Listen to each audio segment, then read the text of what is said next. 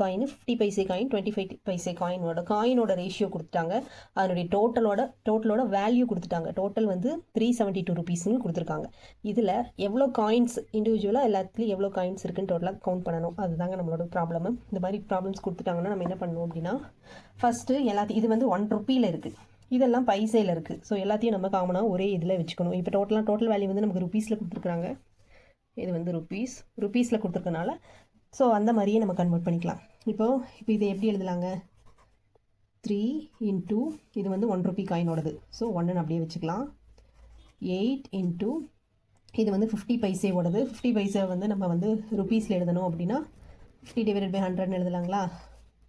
Next 20 into 25 பைசேவை எப்படி ருபீஸில் எழுதலாம்?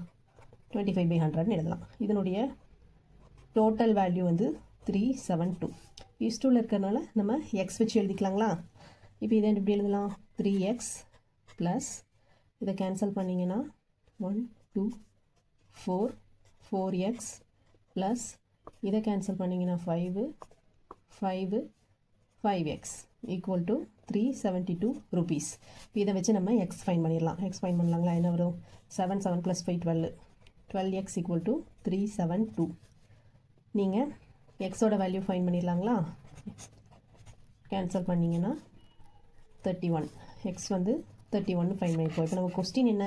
டோட்டல் நம்பர் ஆஃப் காயின்ஸ் என்ன? டோட்டல் நம்பர் ஆஃப் காயின்ஸ் எப்படி இது காயினோட ரேஷியோ கொடுத்துருக்காங்களா? இப்போ நீங்கள் வந்து இங்கே எழுதுனது வந்து அதை காயினை வந்து இன் டர்ம்ஸ் ஆஃப் ருபீஸில் மாற்றிருக்கேன்னா நமக்கு இங்கே டோட்டல் ருபி கொடுத்துருக்கனால இந்த மாதிரி சேஞ்ச் பண்ணோம். ஆனால் ஆக்சுவலாக காயினோட ரேஷியோ வந்து இதுதான். இப்போ டோட்டல் நம்பர் ஆஃப் காயின்ஸ் கேட்கறதுனால 20 + 8 28 28 + 3 31 31x ஈக்குவல் டு எவ்வளோங்கிறது தான் நமக்கு கொஸ்டின். எக்ஸ் வந்து நமக்கு 31, அதுவும் 31 ஃபைன் பண்ணியிருக்கோம். So 31 × 31 equal to 961. 961 is the answer. 961 coins டோட்டலாக இருந்தால் தான் அதனுடைய டோட்டல் வேல்யூ 372 நமக்கு கிடைக்கும். புரிஞ்சுதுங்களா? இனி அடுத்து நெக்ஸ்ட் ப்ராப்ளம் பார்க்கலாம்.